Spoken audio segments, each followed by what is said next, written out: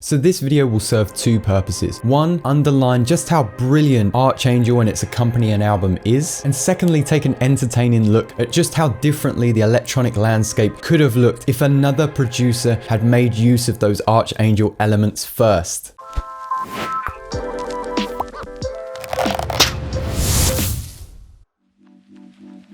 What's up, gang, and welcome to another episode of Inspired By, a series where we look at the musical trends past and present to understand the techniques used so that you guys can make better music. My name's Will, and I make an assortment of music under the moniker Hushchild. We're quickly approaching the 15-year anniversary of Burial's debut album, which is considered to be the landmark of electronic and dubstep music.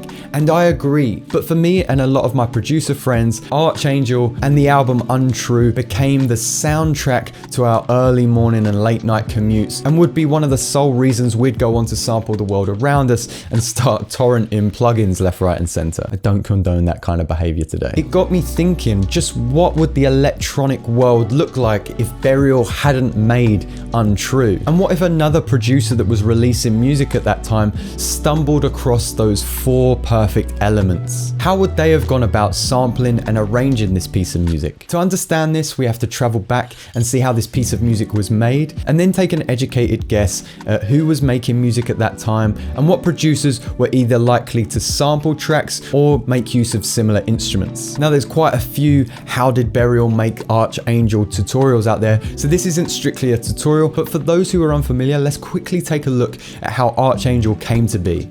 So it's no secret that Burial is a big gamer, and he often samples games across all of his releases. But in the world famous Archangel, he ended up sampling this.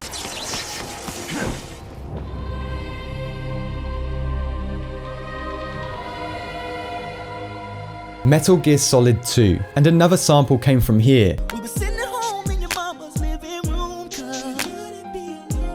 That's right, Ray J's One Wish. Albeit quite hard to find on the internet, Ray J actually released a single version of One Wish, and on the vinyl, the B-side had a couple of remixes on it, but the A-side contained the entire single and the a cappella. Let's quickly jump into Ableton and I'll show you the arrangement. Okay, so let's take a real quick look at how Archangel might have been pieced together. It's kind of common knowledge that Burial used SoundForge for Archangel. So this is a more quantized look at what the track sounds like, but I believe that I've recreated it well enough that it even got picked up by Shazam the other day. So I'll let it be known that if you want to check out the stems to this track, they're over on my Patreon, but I'm not really going to walk you through how to make the track. I'm just going to quickly show off the elements that we use so we know what we're looking for later in the video. So one of the first elements that we have at the top here is the Metal Gear Solid samples. So they're essentially as they are in the intro to Metal Gear Solid 2, but I've just stretched a couple of them out and blended them together.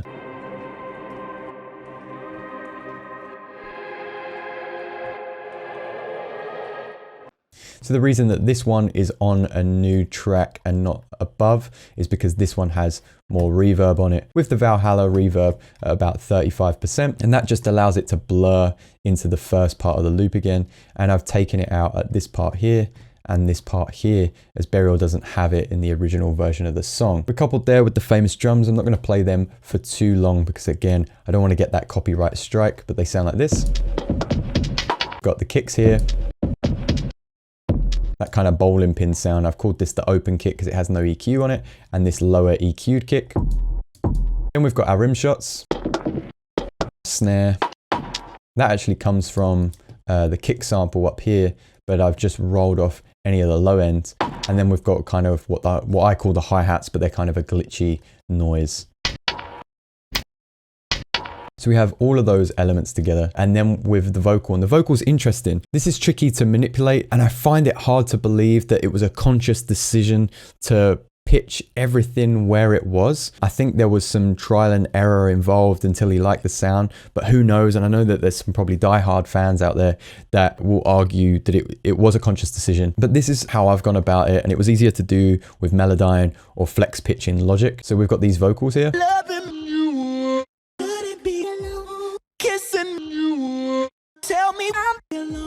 And then we've also got the respace. I think the respace just served its purpose in the makeup of this song. I felt like I probably could hone in the sound a little bit more, and it just basically plays these descending notes. There's a gap where our last Metal Gear Solid chord sits, and then we also have the same note starting on the G sharp there. We go up to the C, only for 2 beats this time, and then down to where we finished before on the F with a final little space there. So on its own, it sounds like this.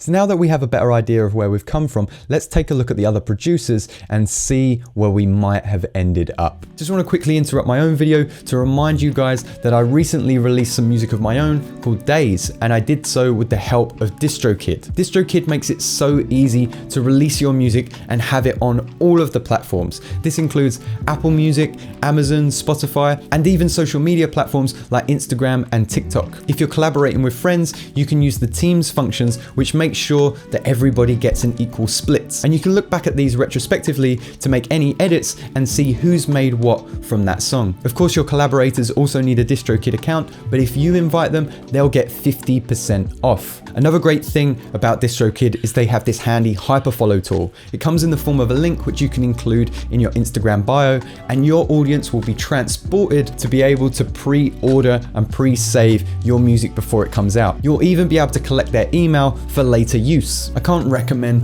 DistroKid enough. They're just so supportive and so helpful to emerging artists and producers. And if you guys want to start releasing your music, do make sure you use the link in the description below for a discount. Now, the reason you're here, let's crack on with the video. So now you might be thinking, well, how do you get to decide who might have made Archangel if not Burial? Well, I actually discovered that Burial's Untrue album made its way into the UK and European charts at number 58 in 2007. So all that I did was look at the other producers that would have also made the charts at that time and created music in a similar style. Now there's some honorable mentions like Slipknot and Linkin Park who also made use of samples, but I really don't think that they would have combined Metal Gear Solid and Ray J and had it as a lead feature of their song. The same can be said for Timbaland, who was also releasing his own album at the same time, but he had featured artists. He was way more likely to feature Ray J than just sample his vocals. And I think similar rules apply to Pendulum and Roots Maneuver as well. So let's jump into it.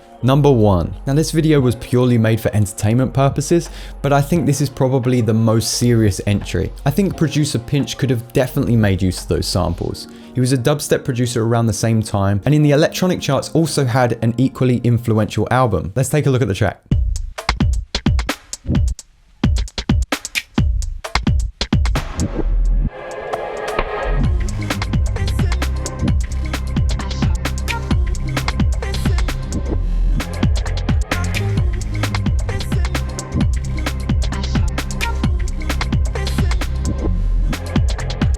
This is how I would have used the Respace, Ray J acapella, and Metal Gear Solid samples. And I feel like this is the most realistic representation of where Archangel could have gone had Burial not created it first. I think we would have started with a drum introduction.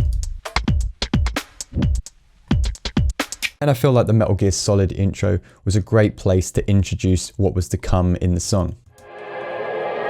Just left exactly how it is in the Burial version of the song. Although this time around, we play the same sample 3 times, followed by the sample that you just heard.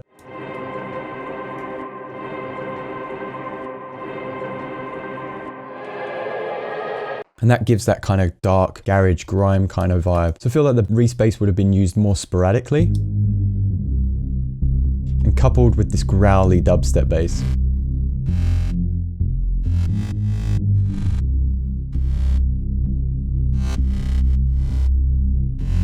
The Ray J vocals are going to sound completely different this time, where we're just going to use stabs almost as a counter melody to the bass lines that are going on.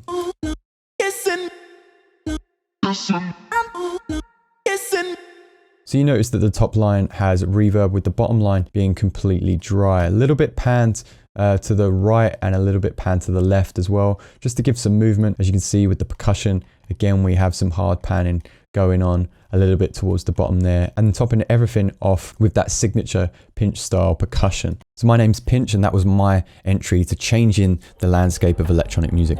And with that in mind, be sure to stick around to the end so you can see the Eurodance interpretation of what this musical landscape could have looked like. Now, number 2, completely for my own entertainment, the Chemical Brothers. They made the charts at number 25, and they would also sample other famous records. So I thought, what would that sound like?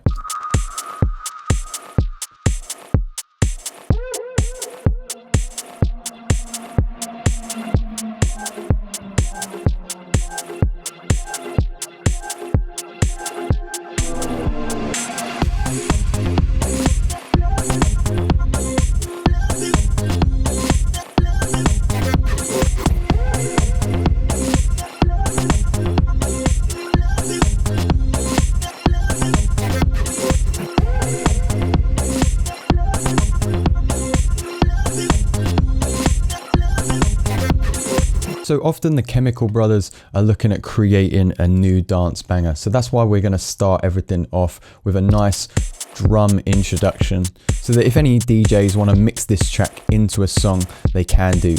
Like you hear in a lot of popular music, we've just kind of got this string drone from the Metal Gear Solid sample, and that just kind of crescendos up and drops back down to create some movement and some tension for the listener.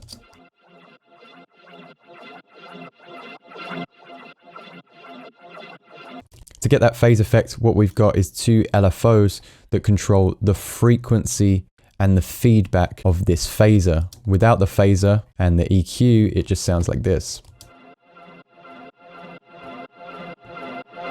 Just manually duct the volume there instead of sidechaining it. As we go into the main part of the song, we've just pitched it up 17 semitones. Underneath all this, we've just put some random Chemical Brothers effects.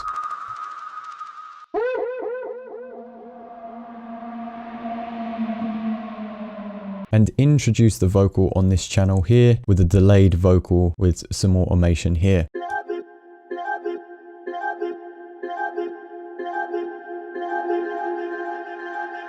We've thrown the vocal into the spectral resonator in Ableton 11 and brought it back into Ableton 10 here and just added a little auto pan. And done the same thing with the lead vocal and then chopped it up in Ableton 10 as well.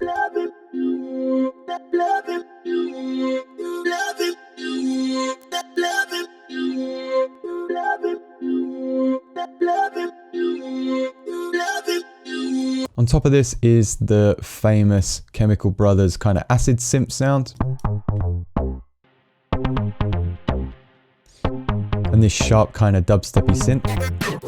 Number 3 is another serious contender. In the electronic charts, there was also a producer called Comics, who made experimental, dark drum and bass. And I think Comics could have used the same elements at a much faster tempo. Let's take a look.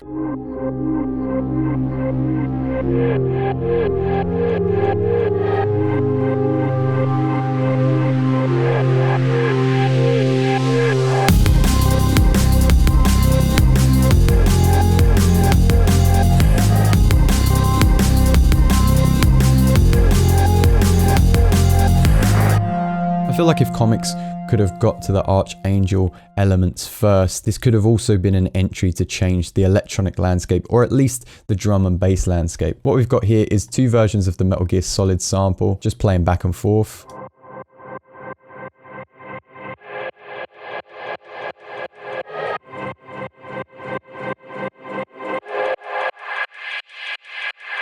And of course, we've sped this up to 170 BPM. We've also got some ambient piano with some delay and reverb.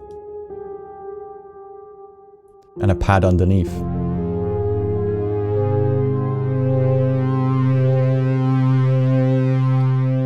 The vocal is also super ambient and plays similarly to the Metal Gear Solid sample. Later on, having a little vocal double to just end the bar. The respace has made its return in this version of the song, but is aided by the more distorted respace that sits on top and the more reverbious sub that sits underneath. And again at the end of the bar line, just a little growl to help it go back into its loop. And what would a drum and bass track be without its break?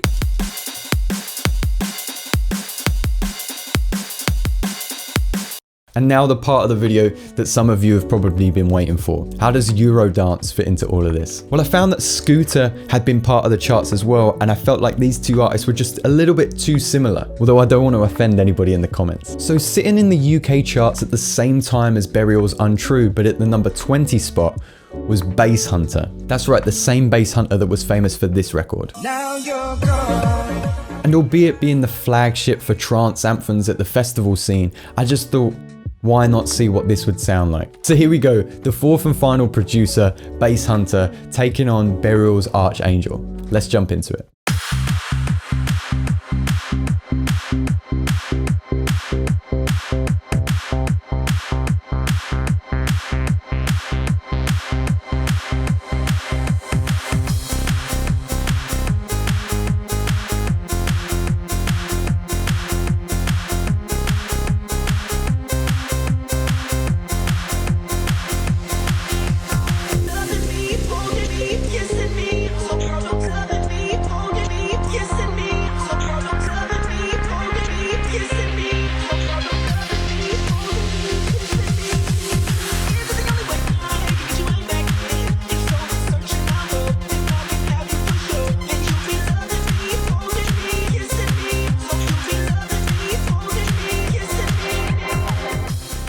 So it was really important that Bass Hunter had an anthem that could rival Now You're Gone. So sampled from that song in question, we've got the classic Eurodance drums.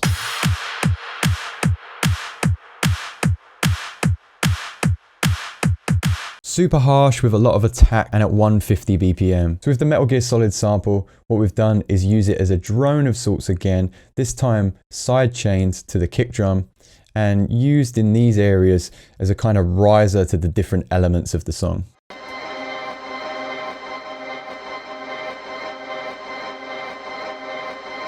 The bass and synth parts are obviously going to be crucial to the Bass Hunter's entry, so we start from a very low place with the DJ filter.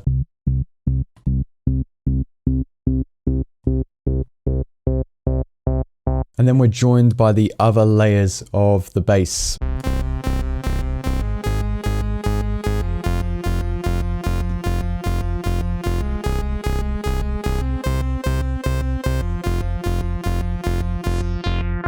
And then as we go into the build and main sections of the song, we have this lead line from this unison synth that is run through the trance gate.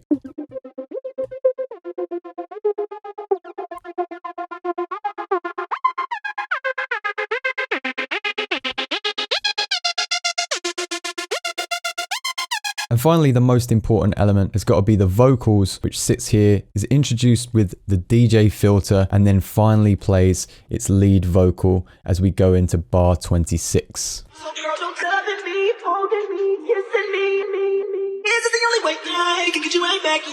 If so, then searching I'll go, then I can have you for sure. And you'll be loving me, holding me, kissing me. So you'll be loving me, holding me, kissing me.